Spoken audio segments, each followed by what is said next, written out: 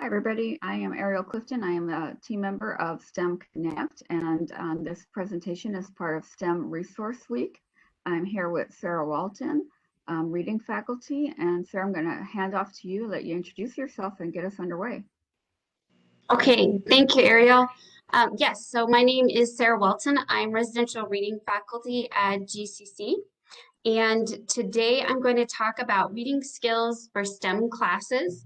And I have taught a course that goes along right with this. So Reading 100 LL is a course where you're actually using your STEM textbooks or STEM assignments to do reading assignments. So it's particularly good for students who are in a science or math or technology engineering course. And they want to learn how to study and read their text and assigned reading a little more efficiently. So let's go ahead and get started. And as Ariel said, if you have a question, go ahead and stick it in the chat and she'll let me know that there's a question there and we can address those as we go through the presentation. It would be good if you had just some scratch paper and a pen or pencil with you.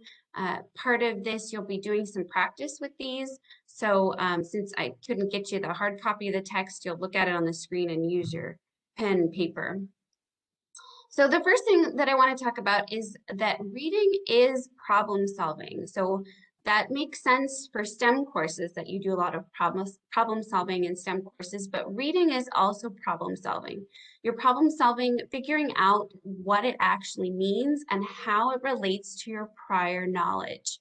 So that is where these reading skills that we're going to talk about today will come in handy in your STEM courses. So I have a kind of a quote I liked here that kind of drive where our presentation is going. It says, reading is essentially a problem-solving task. Comprehending what is read, like problem solving, requires effort, planning, self-monitoring, strategy selection, and reflection. As students move through school, reading materials become more complex, thus more effortful.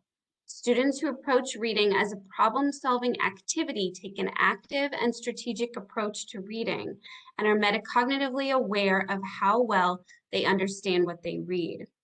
And in this particular training, we're going to talk about these active and strategic approaches to reading, and then also metacognition and how they kind of all three work together to help build the knowledge that you need to do well in your STEM courses. So first, that big word that was in that quote, metacognition, I just want to talk a minute about that because all of the strategies that we're going to look at today are metacognitive reading strategies. So metacognition, kind of the technical definition, is the knowledge of one's knowledge processes and cognitive and affective states, and the ability to consciously and deliberately monitor and regulate one's knowledge processes and affective states. What that is basically saying is that metacognition is thinking about how we think. So it's understanding that you're having thoughts and what those thoughts are and kind of what to do with them and how to focus them into the right direction to actually gain the knowledge you need and remember it and recall it later on tests or quizzes or writing papers, doing presentations, whatever you need to do with that information. So I have a very quick video on metacognition, then we'll talk a little bit more about that, and then we'll talk about how we can employ metacognition as a technique when we read. And I have 3 strategies that we're going to go over today. So let me pull up the video. And if you can't hear it, please tell me right away, but I think I did it correctly when I shared the screen.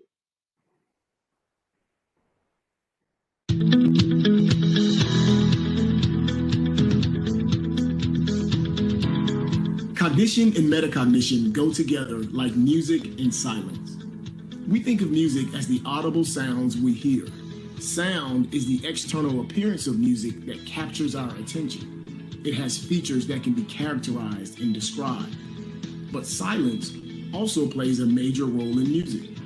The silence that is interspersed between the sounds determines the rhythm and appearance of music. So sound and silence work in harmony to produce music. Cognition and metacognition work together in a similar way. Cognition, or our thinking, is explicit and can be described. Metacognition, on the other hand, is implicit and is quite difficult to describe, but you can't have one without the other. Cognition is our thinking. Metacognition determines the conditions of our thinking. Researchers define cognition as the mental activity and process of acquiring knowledge through the application of thought, experience, and the senses. Metacognition is defined as the mental activity that informs and directs explicit cognitive thinking. A broad range of interpretations of metacognition can be found in the cognitive psychology and cognitive science literature, but they generally boil down to an individual's active participation in his or her thinking processes. So metacognition dictates cognition. Metacognition makes up the roots of success and performance. Think of learning as having 3 levels. The content exists on the most surface level. Students' cognition, or how they think about the content, is just below, and metacognition flows from the deepest level. It is the most formative part of students' mental work. It creates the environment for how students will think, for how students will interpret discrete academic experiences, and how students will use their cognitive resources throughout their learning process.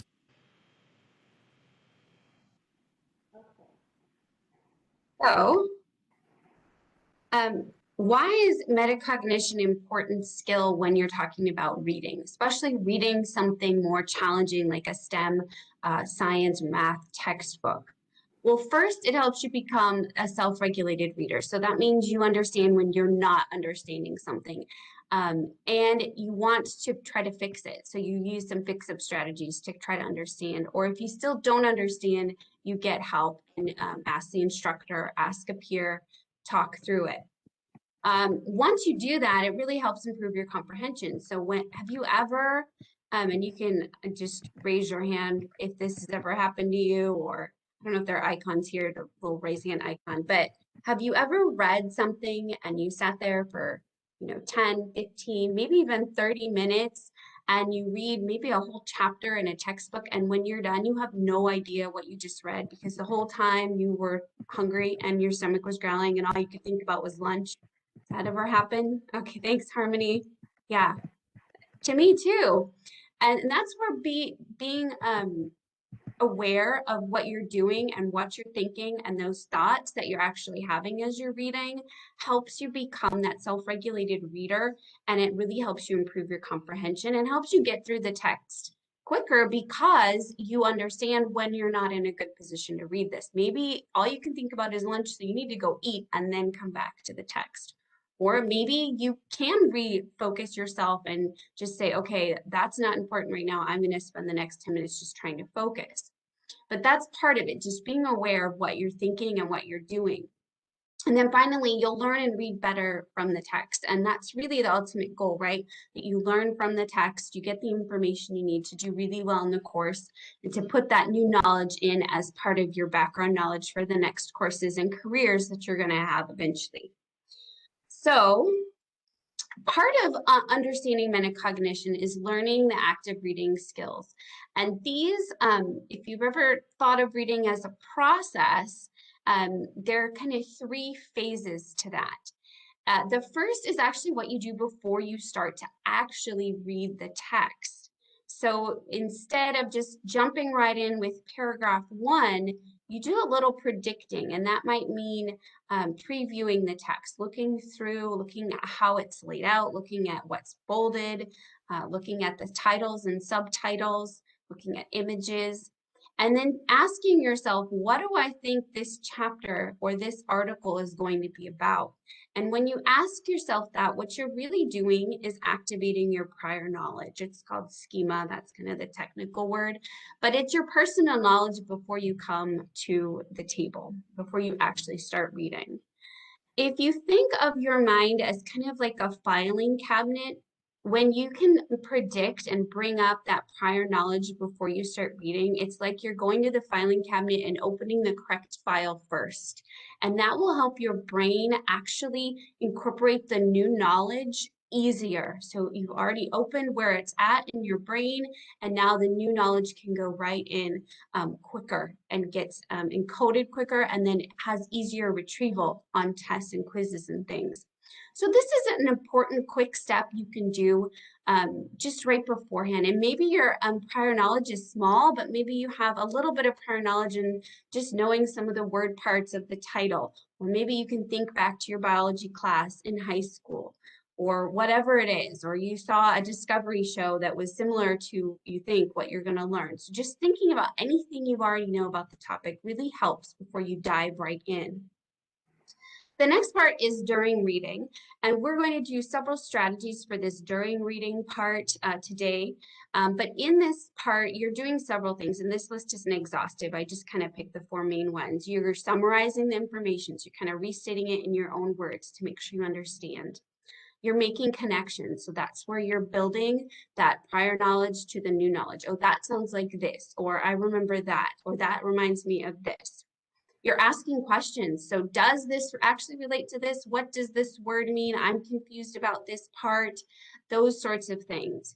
And you're checking for understanding. You're checking in with yourself. Did I actually understand this chapter? Did I actually understand this paragraph sometimes if it's a really difficult text? And you want to check in with yourself every so often. Did I read and understand? Or again, was I thinking about lunch? And if you were thinking about lunch, you might need to go do that, or you might say, okay, I'm going to relax. I'm just going to reread this paragraph again, see if I get it this time, and then you can move on. Finally, when you're done with the chapter, I don't want you to just close the book, right? Or put the article aside. We think of our mind again like that filing cabinet. You now have to take the new knowledge and file it with the old knowledge properly so that it's encoded correctly in your brain and there for easy retrieval. So that post-reading would be evaluating your new knowledge and revisiting your predictions. So thinking about, and if you write this down, it's even easier, thinking about what you thought that reading was going to be about during the pre-reading, and then thinking about what you actually learned, and then saying, oh, what I learned is different than my prediction. I need to change my prior knowledge. Or no, what I learned actually goes right with it, and I need to reinforce that prior knowledge. Question is, why is that? Why is sorry, let me go back. okay. The question was, right after I read it, I understand it, but then later I cannot seem to recall it. Why Okay. is that? Okay, so that's part of this. And are you writing anything down while you're doing this? That's another thing that we're going to talk about. It's kind of matching your learning style. So some people need to actually speak what they're doing. Some people need to write it down. Some people need to interact with others. So it's kind of figuring out what works best for you. We're going to try 3 different strategies today that meet those kind of learning styles. And hopefully 1 or 2 will resonate with you and help you with that. But a lot of it has to do with, yeah, the encoding in the brain, and are you actually doing this? So if you try to follow this process a little bit more, where you think about what you already knew before you start, then you actively read, then you think about, what did I already know? What do I know now? It really does open that file in your brain for more easily being retrieved later. But also, a lot of times writing this stuff down will help, and I have several different ways that you can do that. Does that kind of answer your question, or at least get you interested in what we're talking about next? Okay. Yes, it does. Thank you. All right, so the 3 ways that we're going to practice today reading metacognitively will be 1, doing a think aloud, 2, talking to the text, and 3, using a metacognitive log. So for the first 2, we will do some practice with that as best we can on this virtual environment. And so we're going to put you in some breakout rooms, but I'm first going to kind of demonstrate and pull up the text that I'd like you to use. So the text is one of the links in the chat. So a think aloud, oops, and this today is going to involve someone else, but if you're home and you liked doing the think aloud, I had a lot of students in my online Reading 100 LL class. They really liked doing this think aloud, and they would do it with like their fish or their dog or their stuffed animal, just so it didn't seem like they were talking just to themselves, but some just decided they were going to talk to themselves, and it kind of gave them permission to use the learning style that they learned best in. So a think aloud is a method of having a metacognitive conversation out loud. And if you're doing this in class, or like today we're going to do with a partner, you're allowing someone else to listen as you think, as you read. Now you're not reading out loud. You're reading, and part of it you could say a few words out loud, but you're reading in your mind and you're sharing your thoughts out loud. So with this strategy, the reader reads the text to him or herself, but they describe aloud the strategies they're using or the questions they're having or the connections they're making as they read the text. So the purpose of the strategy is to really identify how we make meaning from a text and then share that process with ourselves. So just hearing it yourself, that's what you're doing, often helps you, or with others. And why do we want to use the think aloud? Well, first, it helps you learn to monitor your thinking as you read, which then improves your metacognition. Number two, it improves your comprehension. Sometimes if you're very verbal and you like to hear things, if you can hear your own thoughts about the reading, that helps cement that into your brain as well for easily, retrieval or easy to remember later. Number three, it teaches you to reread when you're confused. If you're saying your thoughts out loud and you don't have any thoughts for a while, you're like, oh, I'm probably not getting this. I need to go back. To read ahead to clarify questions you have. So sometimes you read a part, you're not sure what it means, you keep reading and then you figure it out. In order to look for context clues to make sense of what you read. So you don't know a word, don't necessarily look it up right away in the dictionary. A lot of times the context clues in the next sentence or next paragraph will help you figure it out. And then you kept that flow of reading and comprehension going without having to stop and look up that word. And then finally, it slows down the reading process and allows you to monitor your understanding of a text and engage actively instead of passively with your reading assignments. So it may at first seem like it's going to take a lot longer, but it may actually be shorter amount of time for you to get it. So sometimes if you don't get what you're reading, you have to read it several times and it takes a really long time before you actually get it. But this way may let you read it through at a more advanced level first as you get it in a slower process.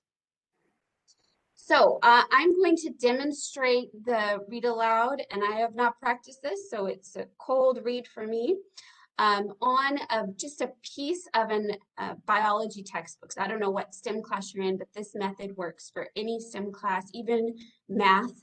I have plenty of students taking math last semester who use this same process. In fact, it's really great for word problems.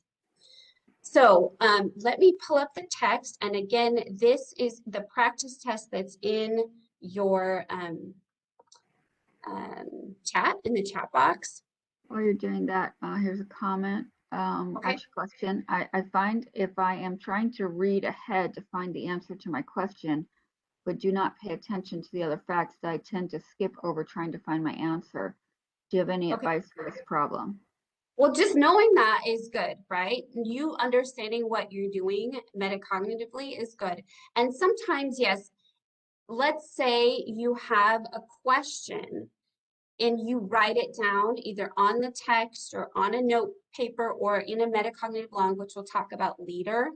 Then you know you won't forget it and you can actually concentrate on continuing to read to get all the stuff in between. And when you come to the answer to your question, you can write it down as well.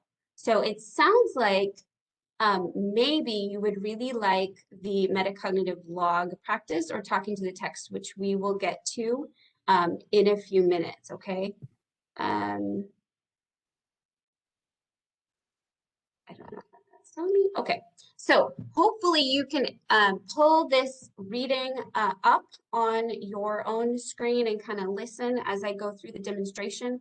Then I'll put you into partner groups and you're just going to spend a minute or two each practicing talking to the text. So basically, I'm going to pretend Ariel is my partner and I am talking to her, okay? So as I go through this, Ariel would actually be taking notes on some of the things that I say that either helps you or may help them with their reading process as well. You don't actually have to do that, Ariel, but just as an example, okay? Okay. So this is called, as I look at this is called How Do Ecosystems Work?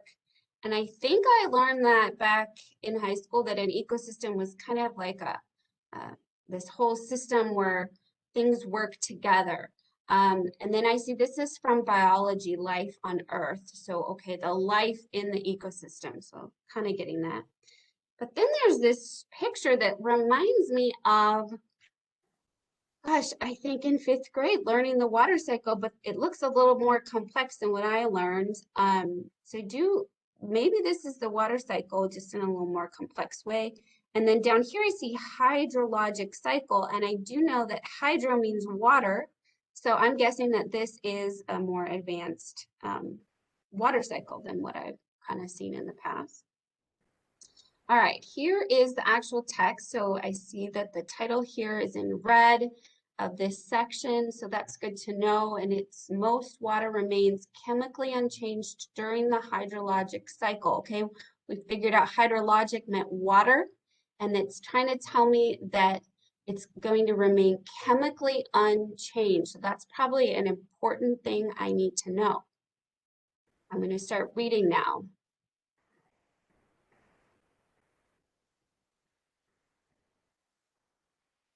Okay, so it looks like this is telling me that it's different, the water cycle is different than other nutrient cycles, and I wonder what those might be, because they don't actually make new molecules, and that would be the remain unchanged. I'm kind of connecting that to that, but I am wondering what other cycles would actually show something that did change, and what would the difference be?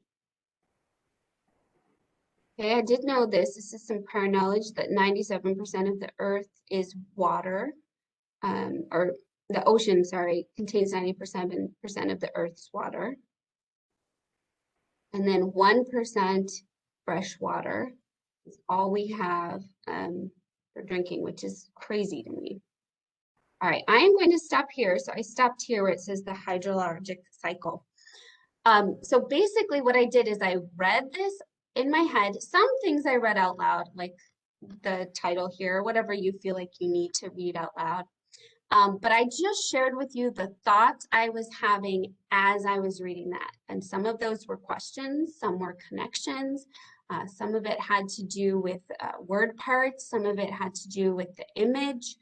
Some of it had to do with just text structure, recognizing that this is the title of the section. So what I want you to do is I'm going to put you into breakout rooms. So you'll need to have this page open and you're going to try. So one partner will read like that. You'll read and then share your thoughts out loud as you're reading for about 2 minutes, and then we'll switch and the other person will read for about 2 minutes, and I'll give you about a minute or two to kind of talk about what you noticed each other doing. What kind of reading strategies were you both using? What did you notice? How did you notice the other person making meaning of the text? Okay, I'm going to stop sharing then.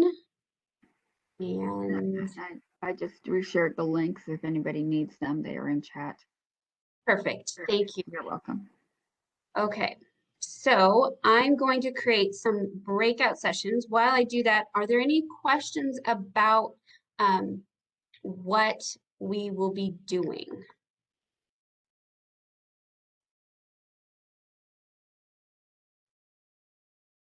All right. You'll be practicing with the same text, correct? And it's the first one there. This is practice text. So Ariel sent out the links. Again, it's that top one. And you can start either from the very beginning like I did, or you can continue on from where I was. It doesn't really matter. So let's see how this will look.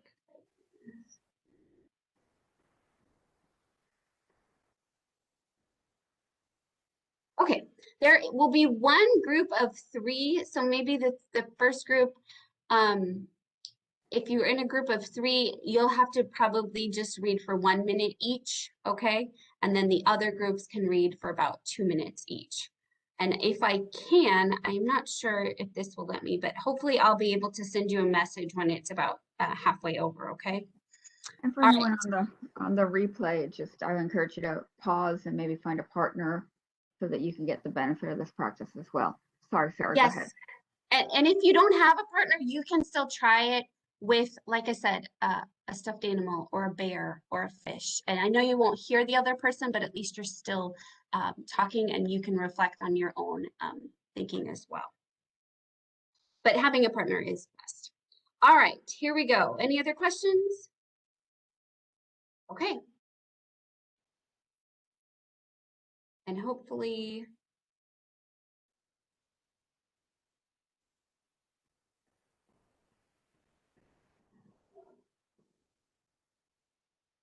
did it move everyone, or is anyone still in here? It looks like we have one person with us still. Okay. So maybe we wound up being the group of 3. I'm not sure. We are not in a group, it looks like. There's a group of, who's in here still? Let's see. I don't know if I'm going to pronounce this right. Ariadna? Okay. Yeah, she, Ariadna, are you still here? On my list, it says not in session. Maybe she had to step away or something. Yeah. But she is in a group, not with us, with 2 other people. Oh, interesting. I still see her on our screen. Yeah.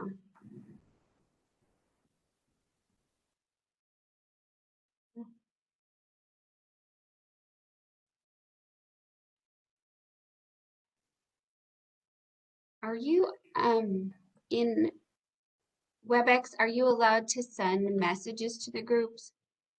I know in Zoom you can, but I don't. You know, I've never done it. I would think that if it's, you know, something that is available on Zoom, it's probably available here. Yeah, I'm just looking around. I know that you can also like pop in. Right, and yes. Listen in.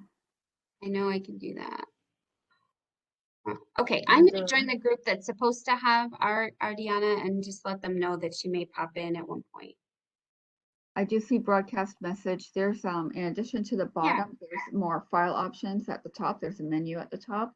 And under breakout sessions, I see join breakout sessions, ask all to return, and the last one is broadcast message. I see. I don't see broadcast message. Oh. I see what you're talking about, but interesting. Okay. Well, let me join that group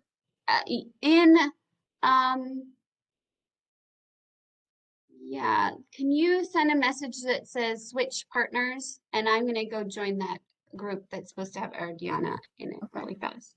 Thank you. Sure.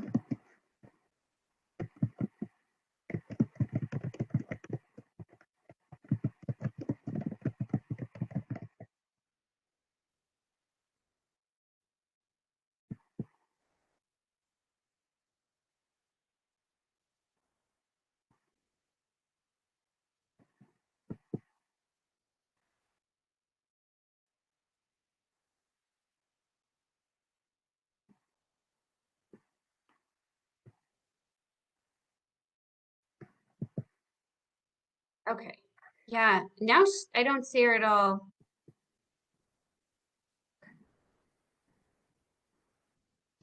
And Sarah, as you know, I paused recording, but we are back on record.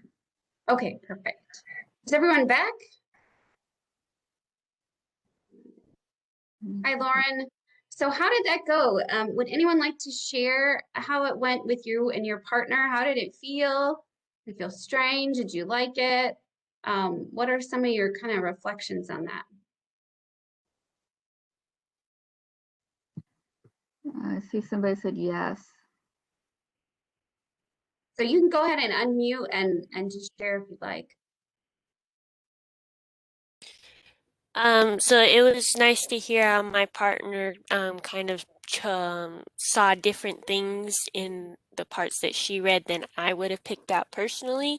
And kind of made me think of things I could do in my own reading and how I could maybe ask more questions and rather than just try to figure it out all the time.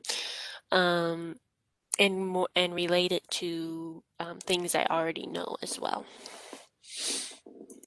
Excellent, thank you. And yes, this is a wonderful thing to do if you have a partner taking the same class, if you could even connecting with someone in Zoom who is in your same STEM class and just doing this a little bit together, you'll share strategies and you'll be surprised what other people get from your reading experience as well. So it is a great tool, especially if you are a verbal kind of thinker. Anyone else like to share? So, me and my partner, we had different sentences and we like read the whole thing and then later we summarized. So that's basically how we process the reading and like I think it helps us Okay, because we good. understand. Yes, and you're checking for understanding, so you notice yourself summarizing as you go, which is wonderful. Mhm. It helps you get as you're reading what you're doing. Excellent. Okay, any questions about the Think Aloud? All right, the next one we're going to look at and actually practice a little bit, and this one you'll need some pen and paper for, is called talking to the text. And talking to the text, you're not actually talking out loud, you're actually writing. So it's a little bit confusing when we talk about read aloud or think aloud and talking to the text. But talking to the text, it's like having a conversation with the text, only you're writing it down. So it's a more independent thing, but then I am going to have you share kind of what you wrote down with a partner. So you'll be giving your thoughts right back to the words on the page. So it's like you're leaving your own thoughts, ideas, questions, comments, or what we might call light bulb moments where something kind of clicks for you or it merges your prior knowledge to your current knowledge all over the passage. And I like to do this with like a copy of the text in front of me. Now you obviously won't have that because it's virtual. So you're gonna have to write on just a piece of note paper or some sticky notes or something, which is fine. And if you don't wanna write in your textbook, you can have sticky notes next to you and just put your comments on sticky notes. But I don't know, as a reading instructor, I find it really helpful to always have a pen, a pencil, or highlighter in my hand as I'm reading something, especially if it's difficult or dense, or I know I'm going to be tested on the material. And I write all over my textbook. Now, I probably buy all my textbooks, so I don't know, renting them, you could do that. But I definitely use my annotations and use that as, you know, when I go back to study and relook at that part of the text. And it really helps, again, to build that metacognition. So why would we use this should be talking to the text, sorry. By making notes as you're thinking, when you're reading, you actually make that thinking visible to yourself. You'll have written notes to discuss and study from later with a partner or a whole class. And it can prepare you to discuss the text or discuss your reading process and get your questions answered during class. So if you have reading to do before class, or even if they don't necessarily assign it, but you know what chapter the professor is going to lecture on, if you can read through it and do a talking to the text with that chapter before you go to class, it will really help you understand better what the professor is talking about. You can interact better with the professor and the other students, and you can get the questions that you wrote down on the text answered. Maybe they're answered in the lecture, or maybe you just need to ask and they'll be answered, but you don't forget that you had that question while you're reading. So really a valuable strategy.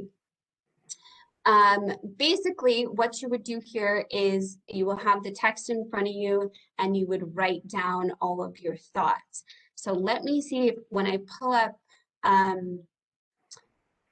so I'm just going to let you do this because basically what I would write down was what I've already said, and I don't know how to necessarily use the whiteboard on this in WebEx. But what I do want to show you is a tool, and I gave you all access to some bookmarks that help with talking to the text. So you can have, a bookmark out as you're doing this for things to kind of remind you to do and to write down on the text itself. So let me pull that up really fast. You can see it. And then I'll give you a minute to kind of go back through the same text that we already looked at and write down what you would have written down. And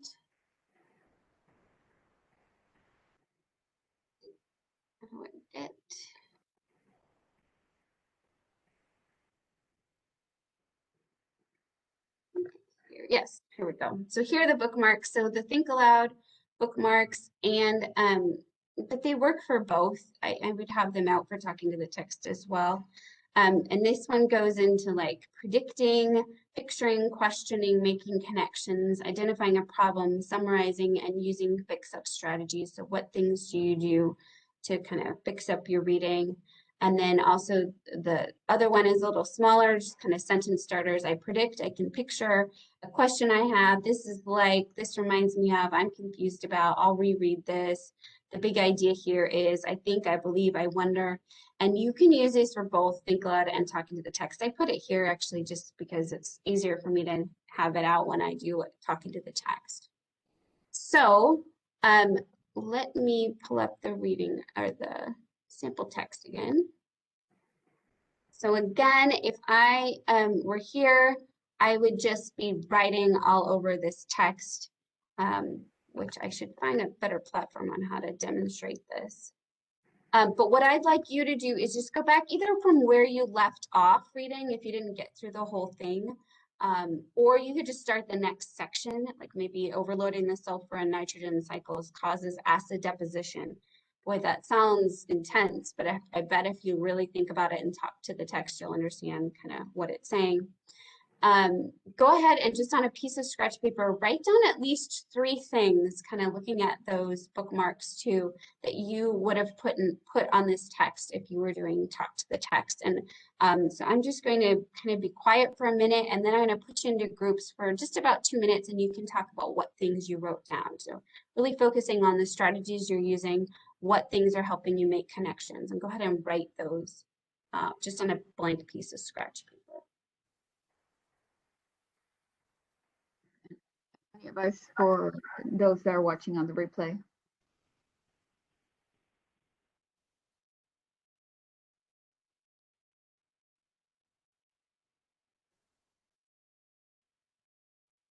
Sarah, anything you want to say to those watching on the replay about how to? Oh, just, yeah, grab a piece of paper. I'll leave this up here and you can go ahead and do this for the next minute as well. Go ahead and try. Okay. And you can just pause the replay and do that.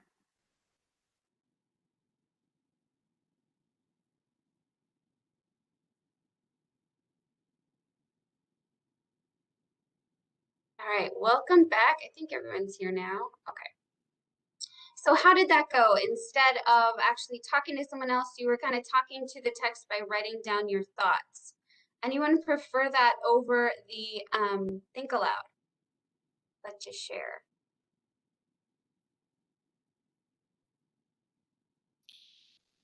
One thing I noticed is I tend to take notes about things, but I think I actually prefer the talk aloud.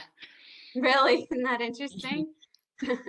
And it goes back to our preferences. I had a lot of students really like the Think Aloud this last year, which actually kind of surprised me.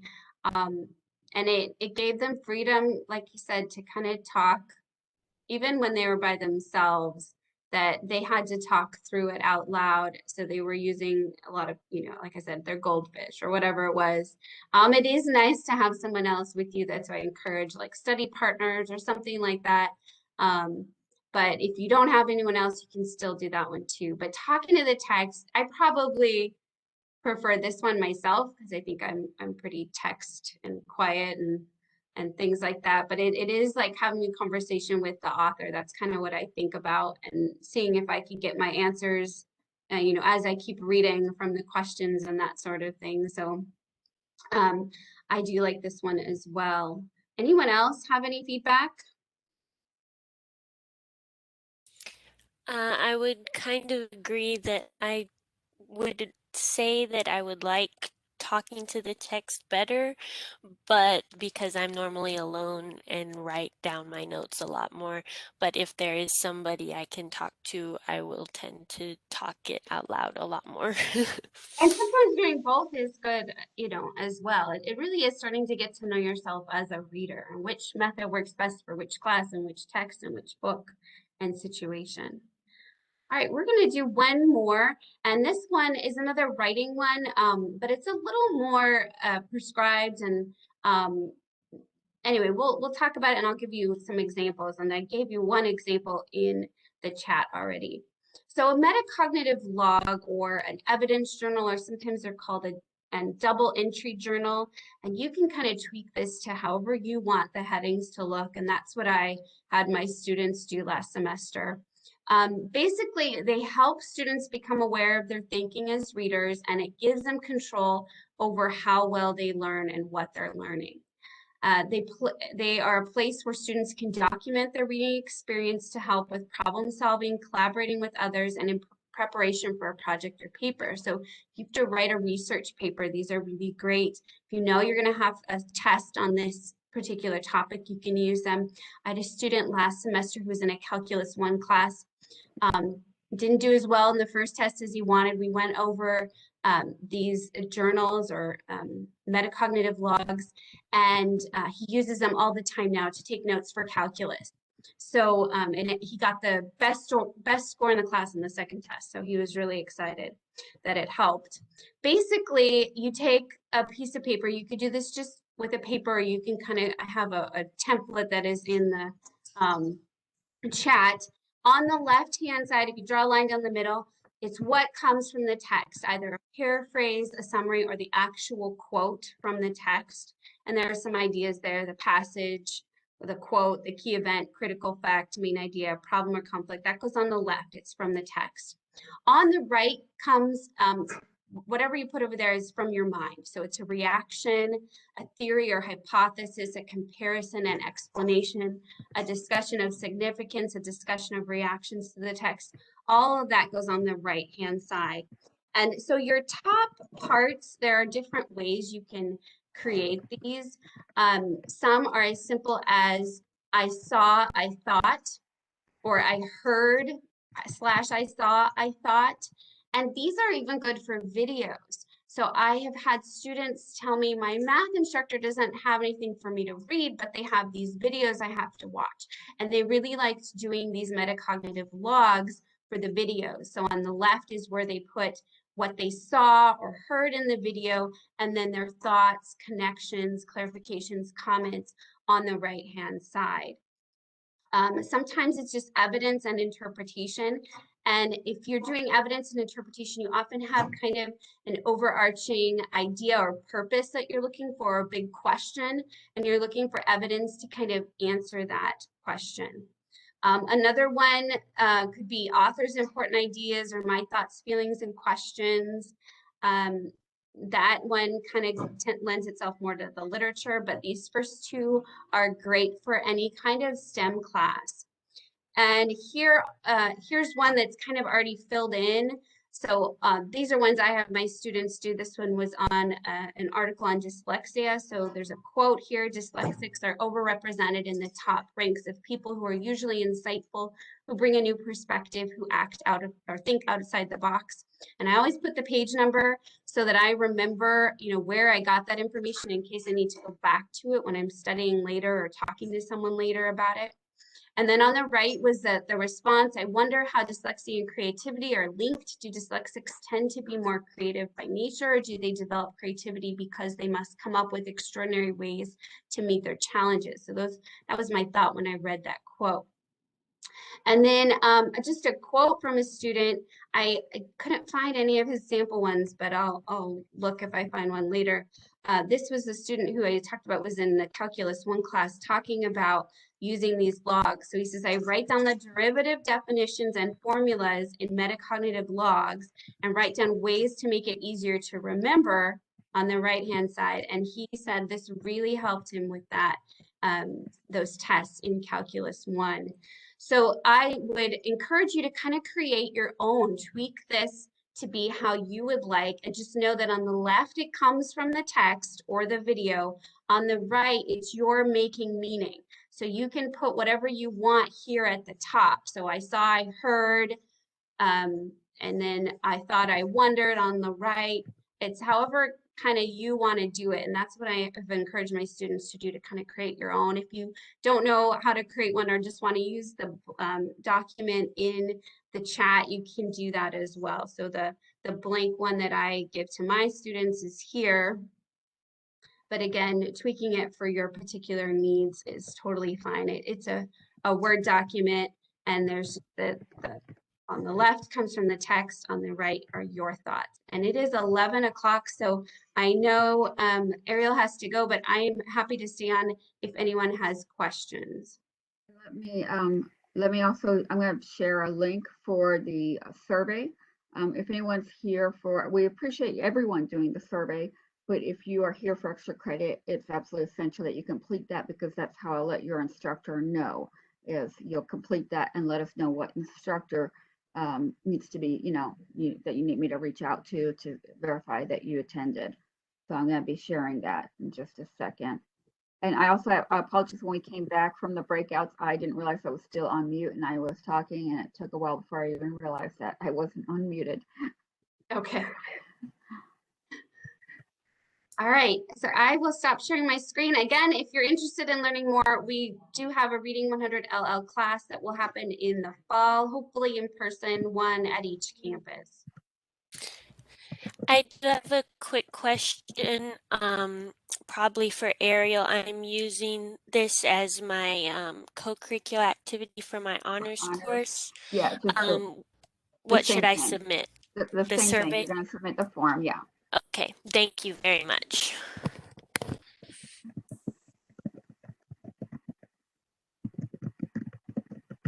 And I'm going to go ahead and also stop recording.